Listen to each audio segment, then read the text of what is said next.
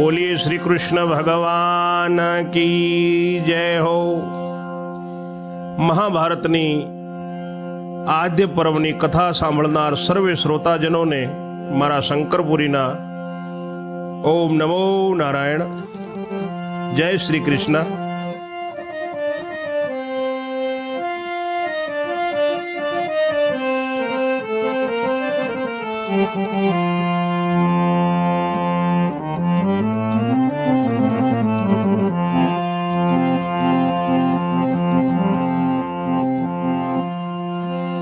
वैषम पाए एणी पेर बोल्या ने सुन जन्मे जय राय।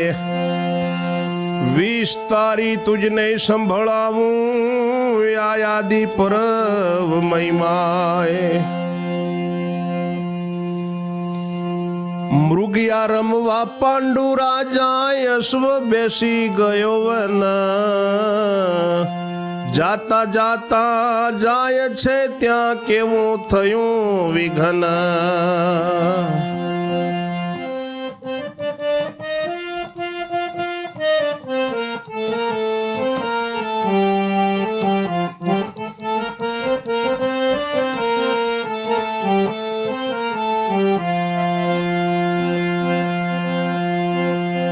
हवे पांडु राजा આપણે આગળના પર્વમાં જેમ આગળના ભાગમાં વાત કરી હતી તેમ મૃગિયા રમવા નીકળ્યા છે, શિકાર કરવા માટે નીકળ્યા છે, ઘોડા ઉપર બેસીને વનમાં જાય છે। હવે જાતા જાતા ત્યાં કેવું વિઘન થાય છે એ આપણે આ 21મા ભાગમાં જોઈશું। એક ગામનો વિપ્ર હતો 12 વર્ષે પરણ્યો નારી। પછી ગયો વનમાં તપ કરવા 12 વર્ષ નિયમ ધારી।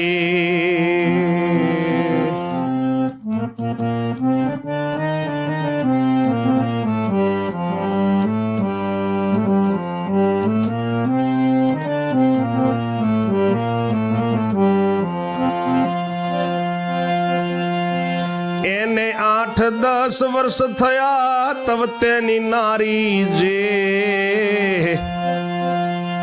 माँ बाप विनानी हती ने रहती काका घेर। माँ बाप विनानी हती काका तणे घेर। सासरे आवी ते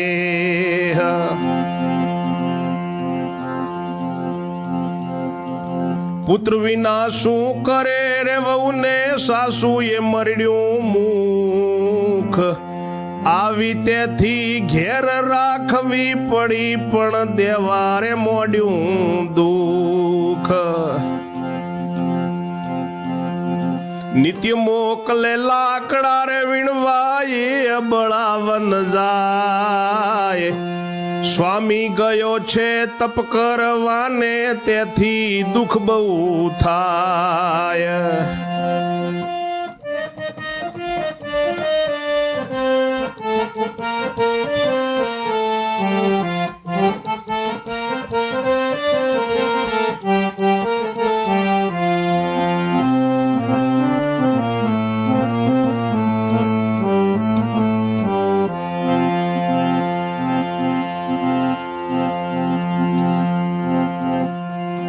એવામાં પાંડુ રાજા નીકળ્યા તે દિન વનમાં નાર।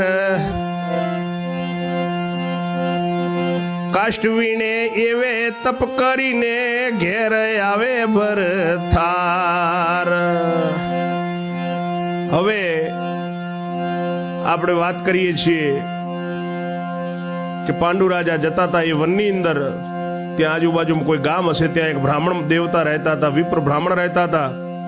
અને 12 વર્ષના થયા ત્યારે પરણ્યા છે બ્રાહ્મણીને, એમની નારીને પરણ્યા છે। અને પછી વનમાં તપ કરવા ગયા, 12 વર્ષનો નિયમ ધારીને જતા રહ્યા પરણ્યા પછી તરત। એમને 8-10 વર્ષ થઈ ગયા એટલે એમની જે નારી હતી એને મા બાપ નતા, એમની પત્નીને, એટલે એમના કાકાને ઘેર રહેતી હતી। પણ તે 8-10 વર્ષ થયા એટલે પાછી સાસરે આવી છે। સાસરે આવી એટલે પુત્ર વિના એ સાસરામાં આવી છે એટલે એની વહુ ડેલી એને મેણાટોણા મારે છે અને એની સાસુ મુખ મળે છે, પણ દુઃખ દેવા મંડી છે એની સાસુ મેણાટોણા મારવાની સાથે સાથે એને રોજ કાષ્ટ વીણવા, લાકડા વીણવા માટે અબળાને જંગલમાં મોકલે છે. એનો ભરથાર એનો સ્વામી તપ કરવા ગયો છે એટલે એ લાકડા વીણે છે, પણ એને બહુ દુઃખ થાય છે. એવા સમયમાં એ પાંડુરાજા નીકળ્યા. એ જ દિવસે વનની અંદર એ નારી લાકડા વીણતી હતી અને એવે કુદરતના સંજોગોને કારણે એનો ભરથાર એનો પતિદેવ પણ તપ કરી અને વળતા આવે છે અને એ બંને જંગલમાં મળે છે. પછી આગળ શું થાય છે જોઈએ.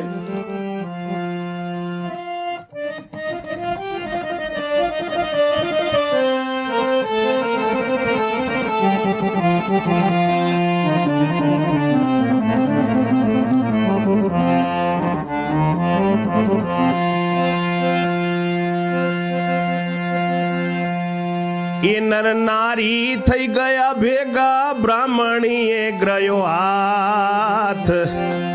અરે રે તમ વિના હું ઘણી દુખી, ભલે આયા મારા નાથ.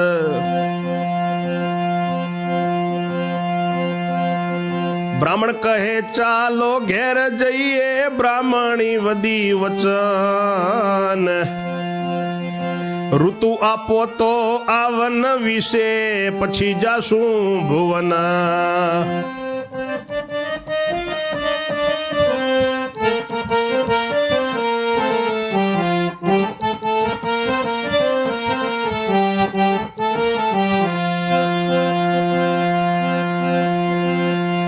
ત્યારે એ બ્રાહ્મણ અને બ્રાહ્મણી બંને જંગલમાં મળ્યા છે. બ્રાહ્મણને બ્રાહ્મણી જોઈ ગઈ છે, બ્રાહ્મણીને બ્રાહ્મણે જોયા છે.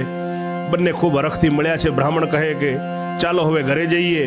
ત્યારે બ્રાહ્મણીએ હાથ પકડ્યો છે કે તમારા વિના ખૂબ ઘણી દુઃખી છું. મારા પતિદેવ બાળક નથી, મને સાસુ મેણાટોણા મારે છે એવી મનતનની વાત કરી અને કહ્યું કે મને ઋતુદાન આપો તો ભગવાન આપણને કંઈક સંતાન આપે તો મારું મેણું ભાગે પ્રભુ.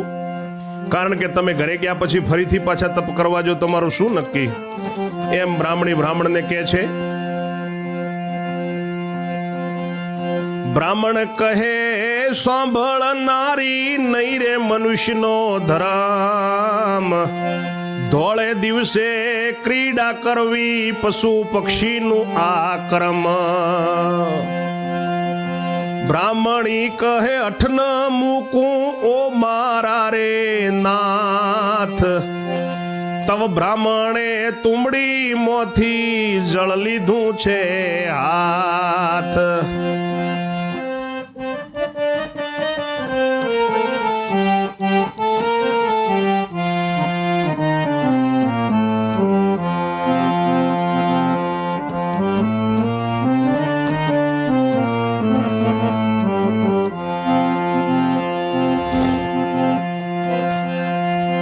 એક વર્ષનું તપ મૂકી કામ કીધું રે અનુપ.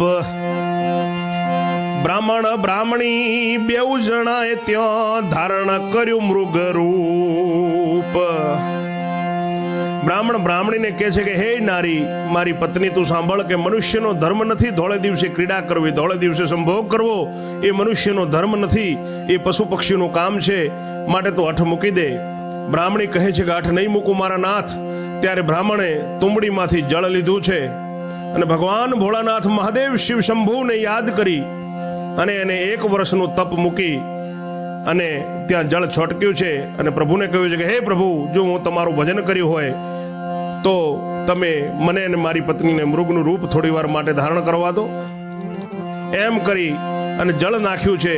ત્યારે બ્રાહ્મણ ને બ્રાહ્મણી બે જણાએ ત્યાં મૃગ અને મૃગલીનું રૂપ ધારણ થયું છે અને એવું ક્રીડા કરવા લાગ્યા છે. પશુ શરીરે ક્રીડા આરંભી, વોકી છે કર્મ દશાએ. મર્ગ શોધતો ત્યો આવી પહોંચ્યો, બળવંતો પોંડુરાય.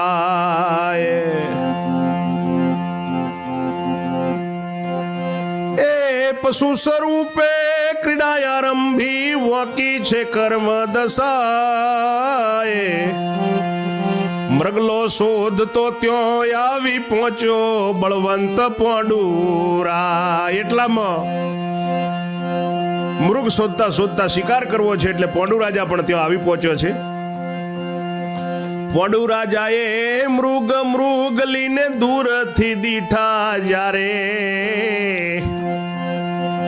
બોધવાના હેતુથી એણે બાણ ફેંક્યું ત્યારે વાકા ભવિષ્ય બાણ જ વાગ્યું.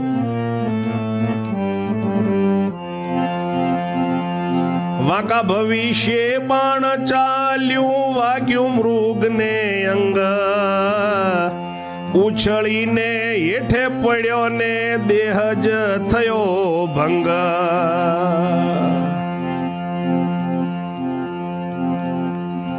તવ મૃગને મૃગલી ટળી ગઈ થઈ બે મનુષ્ય દેહ.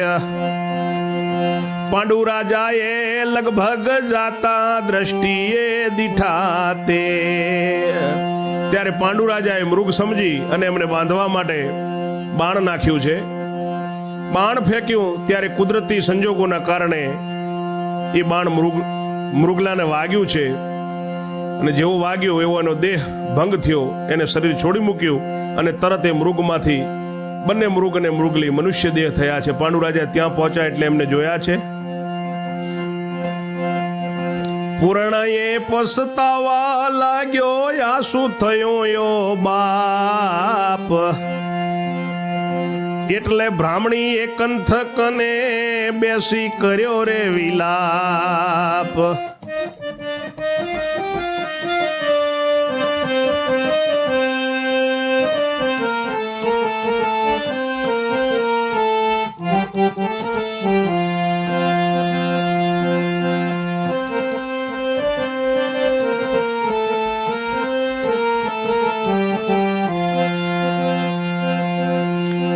બ્રાહ્મણી વિલાપ કરવા માંડી છે. અરે રે આ શું કર્મ કઠોરું કંથ પામ્યો મરણ. એટલે પોંડુરાએ આવ્યા ને બ્રાહ્મણીને લાગ્યા ચરણ. બ્રાહ્મણી ત્યાં કલ્પાંત કરે છે, રોવે છે. એટલે પાંડુ રાજા ત્યાં આવી પહોંચ્યા છે અને બ્રાહ્મણીને ચરણે લાગ્યા છે, પગે પડ્યા છે. અરે ઓ બાઈ કોણ તમે છો કરશો નહીં રે વિલાપ. બ્રાહ્મણી કહે તુજને લાગ્યું બ્રહ્મ હત્યાનું પાપ. પાંડુ કહે ફૂટ્યું ભવિષ્ય મારું તમે સુણો સત્ય વાત. મારે ઘેર પાળીશ તમને હું સૂતને તમે માત. બ્રાહ્મણી કહે છે કે હે રાજન તને બ્રહ્મ હત્યાનું પાપ લાગ્યું છે. પાંડુ રાજા કહે કે મારું ભવિષ્ય ફૂટી ગયું અને તમે મારી એક વિનંતી સાંભળો. મારે ઘેર હું તમને પાળીશ, જ્યાં સુધી જીવશો ત્યાં સુધી તમે મારી માં અને હું તમારો દીકરો થઈને રહીશ, પણ તમે કલ્પાંત ના કરો. બ્રાહ્મણી કહે કંથ ગયો ને મારે જીવી શું કરવું. લાકડા ખડકી કંથને ખોળામાં લઈને બળી મરવું. બ્રાહ્મણી કહે કંથ ગયો ને મારે જીવી શું કરવું. ચીતા ખડકી કંથને ઉછંગે લઈ બળી મરવું. બ્રાહ્મણી કહે છે કે મારે જીવીને શું કરવું છે રાજા. હું આને ખોળામાં લઈ મારા પતિને મારે બળી જવું છે, માટે તું મને ચિતા ખડકી આપ.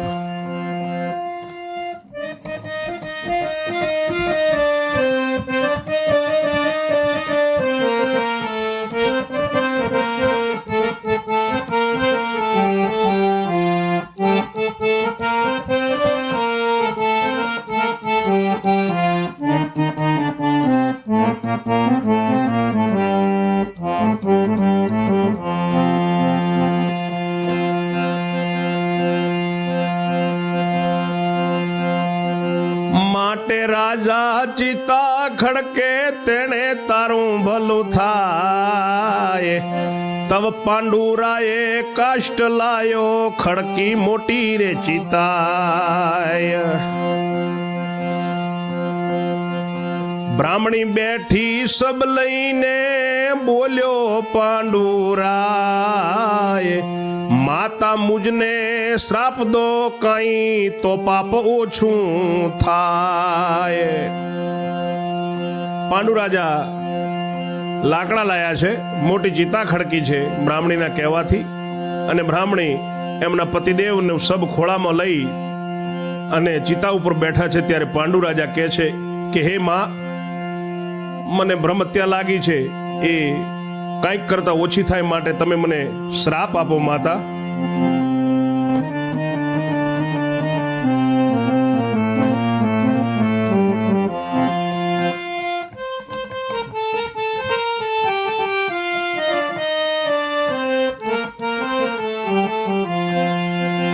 બ્રાહ્મણી કહે છે રે ગોડા સિદ્ધ માગે છે શ્રાપ. પાંડુ કહે શ્રાપ વેઠાશે પણ ની વેઠાએ પાપ. બ્રાહ્મણી કહે છે ગાંડા કેમ શ્રાપ માગે છે? ત્યારે પાંડુ રાજા કહે છે કે માં શ્રાપ તો વેઠાશે પણ પાપ નહીં વેઠાય. ભાઈ એ સતયુગ હતો અને આજે તો બધા પાપ વેઠવા માટે ઘણા ખરા પાપ જ કરે છે. કોઈ સંત વિરલા અને ભક્તગણ છે હજી જગતમાં કે જે શ્રાપ વેઠે છે પણ પાપ આજ પણ વેઠતા નથી. મિત્રો મારા શ્રોતાઓ જરૂર ધ્યાનથી સાંભળજો. આ કથા જે સાંભળે છે એના કોટી કરોડ જન્મના પાપ મટે છે. એટલે બ્રાહ્મણી ક્રોધમાં રે બોલી, મારા જેવું તારું થાશે, તુજ નારીને ઋતુ દાન આપતા જીવ તારો જાશે. એટલે બ્રાહ્મણી બોલી છે ક્રોધ કરીને કે જા, તારે શ્રાપ જ જોઈએ છે તો જેવું મારું થયું ને એવું જ તારું થશે. તું તારી નારીને, તારી પત્નીને જ્યારે ઋતુદાન આપશે ત્યારે તારો જીવ જતો રહેશે. પાંડુ રાજા કહે ભલે માતાજી, કઈ મૂક્યું અગ્નિનું બાણ, તેમાં નરનારી બેઉ બળ્યા ને નીકળી ગયા છે પ્રાણ.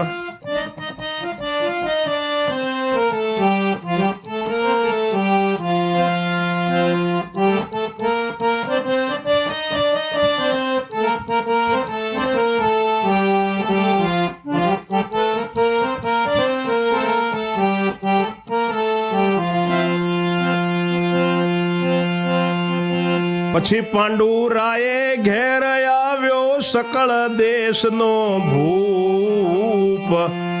બ્રહ્મ હત્યા લાગી તે કારણ થઈ ગયું શ્યામ રૂપ. ભીષ્મ પિતાને અંબિકા આવી, માદ્રીને કુંતાએ, અરે રે કેમ રૂપ બદલાયું, પાંડુ કહે છે ત્યાંય.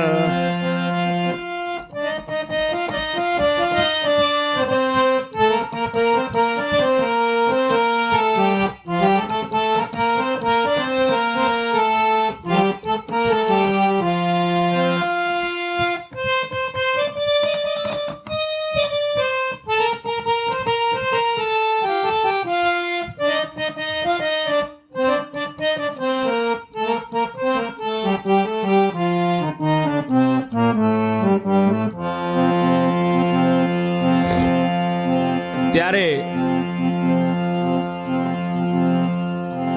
બ્રાહ્મણીએ શ્રાપ આપ્યો છે પાંડુ રાજાને કે જાઓ, મારા જેવું થશે તમારે અને તમારો પણ એમ જ જીવ જશે. એટલે પાંડુ રાજાએ અગ્નિનું બાણ મૂક્યું છે, એમાં નરનારી બેઉ બળી ગયા છે, એમનો પ્રાણ નીકળી ગયો છે. પછી પાંડુ રાજા ઘેર આવ્યા છે. સકળ દેશનો રાજા છે, છત્રપતિ છે, અને બ્રહ્મ હત્યા લાગી એ કારણે એમનું શરીર કાળું પડી ગયું છે, એનું શ્યામ રૂપ થઈ ગયું છે. ત્યાં ભીષ્મ પિતાજી, અંબિકા એમની માતા, એમની પત્ની માદ્રી અને કુંતા એ બધા આયા છે અને પૂછે છે કે કેમ રૂપ બદલાયું તમારું. ત્યારે પાંડુ રાજા કહે છે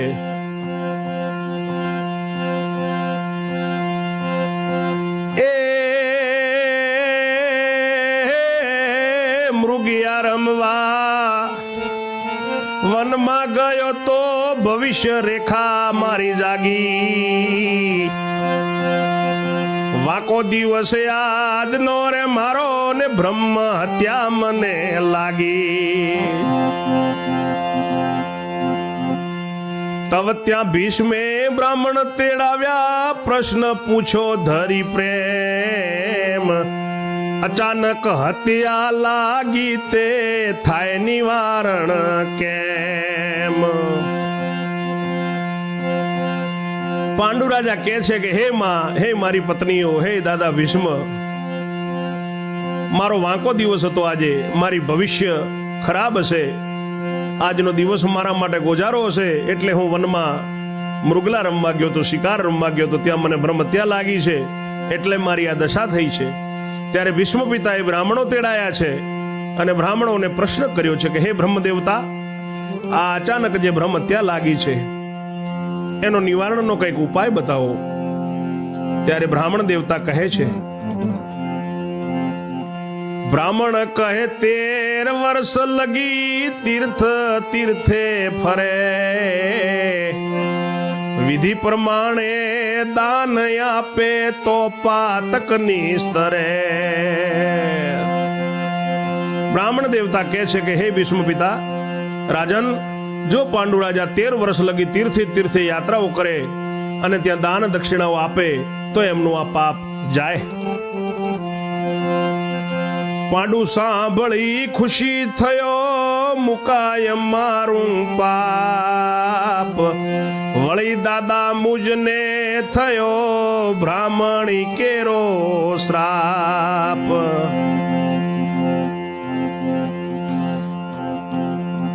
નારીને ઋતુદાન આપતામાં જીવ મારો જાય. સુણી ધૂતરાષ્ટ્ર મન મારે હરખ્યો, હવે પ્રજા નહીં થાય.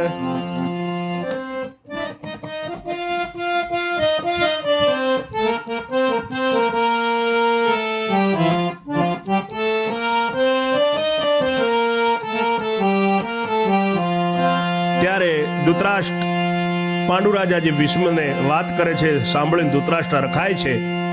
પાંડુ રાજા કહે છે કે દાદા, હું મારી નારીને ઋતુદાન આપીશ તો મારો જીવ જશે એવો મને બ્રાહ્મણીનો શ્રાપ પણ છે. એ સાંભળીને ધૂતરાષ્ટ્ર આંધળો હરખાયા છે કે હવે ચલો એ તો સારું થયું કે હવે આને ઓલાદ તો નહીં થાય એટલે મારા જ છોકરા રાજ કરશે. પછી પાંડુ રાયે તૈયારી કીધી, લીધું ઘણેરું ધના. 4 લાખ હાથે સેના લીધી ને સાથે બ્રાહ્મણો ના તના. 4 ક્ષોણી સેના લીધી સાથે વિપ્રના લીધા તના. તવ કુંતાને માદરી બોલ્યા, સાંભળો મારા નાથ. 68 તીર્થ યાત્રા રે કરવા આવશું તમારી સાથ.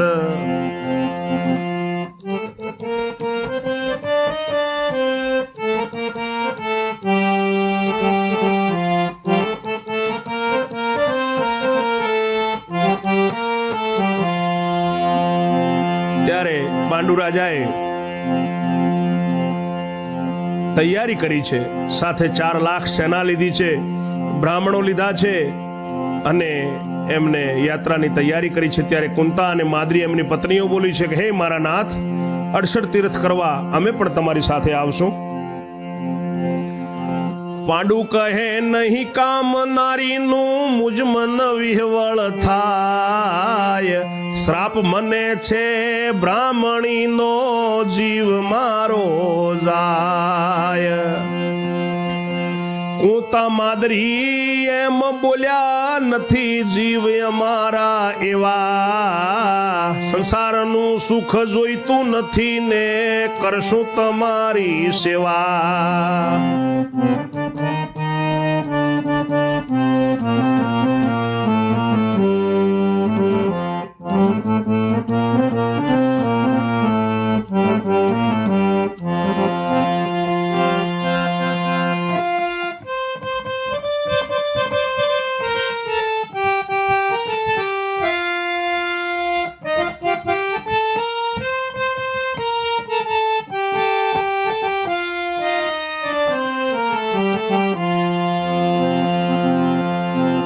પાંડુ રાજા કહે છે કે હે નારીઓ, ત્યાં નારીનું કામ નથી અને મારો જીવ વિહવળ થઈ જાય તો મને શ્રાપ છે, એટલે તમારે ત્યાં આવવું નથી. ત્યારે કુંતાને માદરી કહે છે કે અમે એવા નથી, સંસારનું સુખ અમારે નથી જોઈતું, બસ તમારી સેવા કરવા સાથે આવવું છે. તબ પાંડુ કહે ચાલો રે સુખે, મારો નથી કઈ નાય. એટલે બેઉ નારી સંગ ચાલી બીજા વળાવવા જાય. દરવાજેથી સૌ વળ્યા પાછા, યાત્રા રે ચાલ્યો રાજન. તીર્થે તીર્થે સ્નાન કરે છે, દાન દેતો પાવન.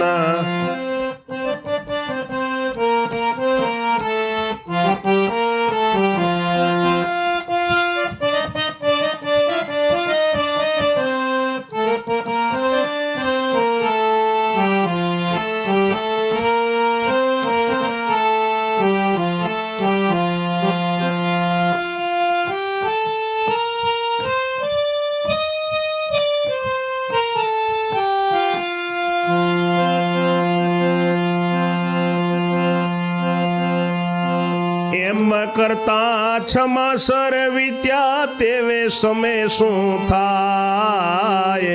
ગાંધારીને ધૂતરાષ્ટ્ર બેઉ બેઠા છે એકાંતમાં. હવે આ બાજુ પાંડુ રાજા યાત્રા કરવા ગયા છે, તીર્થે તીર્થે યાત્રા કરે છે, સ્નાન કરે છે, બ્રાહ્મણોને દાન દક્ષિણા આપે છે. એમ કરતા કરતા કરતા કરતા 6 માસનો સમય વીત્યો છે ભાઈ. એવા સમય આ બાજુ હસ્તિનાપુરમાં ગાંધારી ને ધૃતરાષ્ટ્ર બેઉ એકાંતમાં બેઠા છે. ત્યારે શું થાય છે? તેવે સમય ધૃતરાષ્ટ્ર બોલ્યો, મમ ભાઈને થયો શ્રાપ. નારીને ઋતુ દેતા જાય જીવ, એમાં મળ્યા એના પાપ. હવે પ્રજા એને નહીં થવાની, ચાહે તેવું મરે મથી. ત્રીજો બંધુ વિદુર, એના ભવિષ્યમાં બાળક નથી.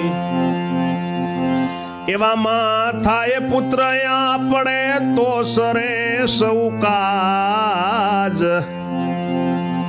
આપણા દીકરા એકલાઓ થઈ, ભોગવે સઘળું રાજ.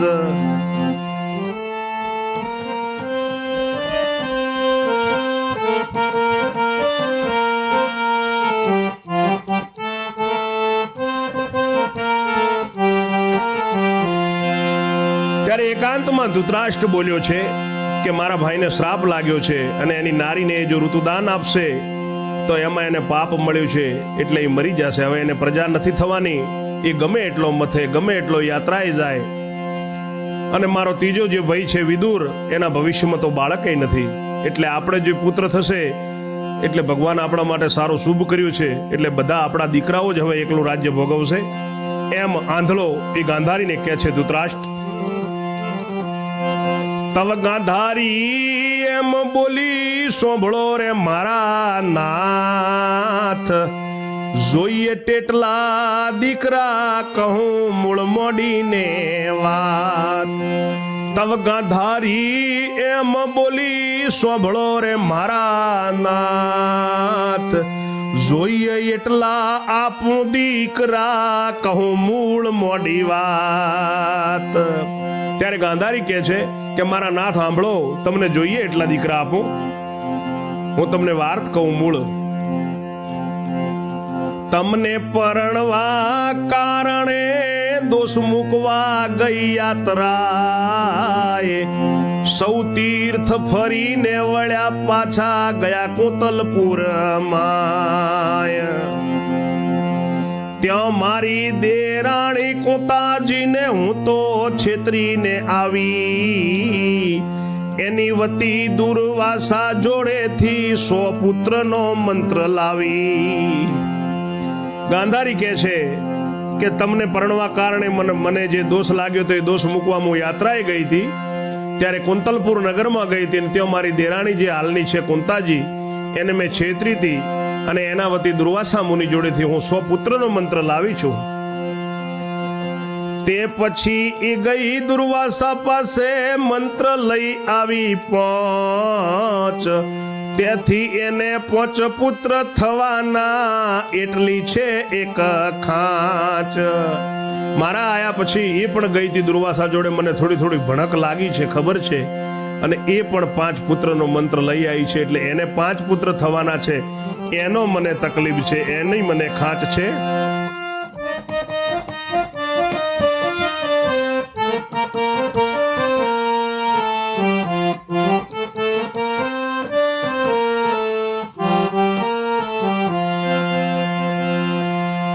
ધૃતરાષ્ટ્ર કહે પુત્ર એને થાય તે તો ધુમાડીના મુઠા. શ્રાપ થયો છે ને પુત્ર લાવે તો તે ઠરાવીએ જૂઠા. જો તું સુત ઉત્પન્ન કરે તો હું ભાગ્યશાળી.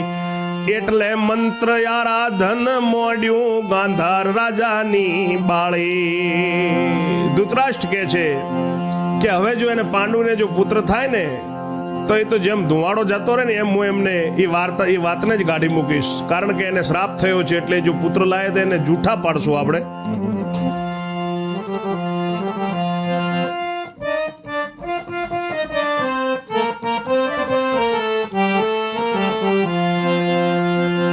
જો તું સુત ઉત્પન્ન કરે તો હું ભાગ્યશાળી. એટલે મંત્ર આરાધન મોડ્યું ગાંધાર રાજાની બાળે.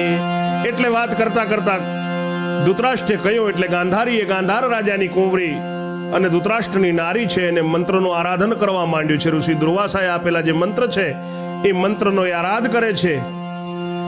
મંત્ર આરાધન યાદર્યું ને સુખને સારું નેટ.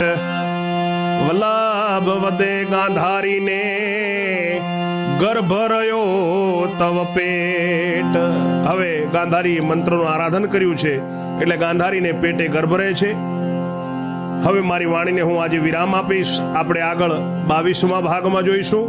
ત્યાં સુધી સર્વે શ્રોતાઓને, સર્વે ભક્તજનોને, આ કથા સાંભળનાર સર્વેને મારા ઓમ નમો નારાયણ. જય શ્રી કૃષ્ણ.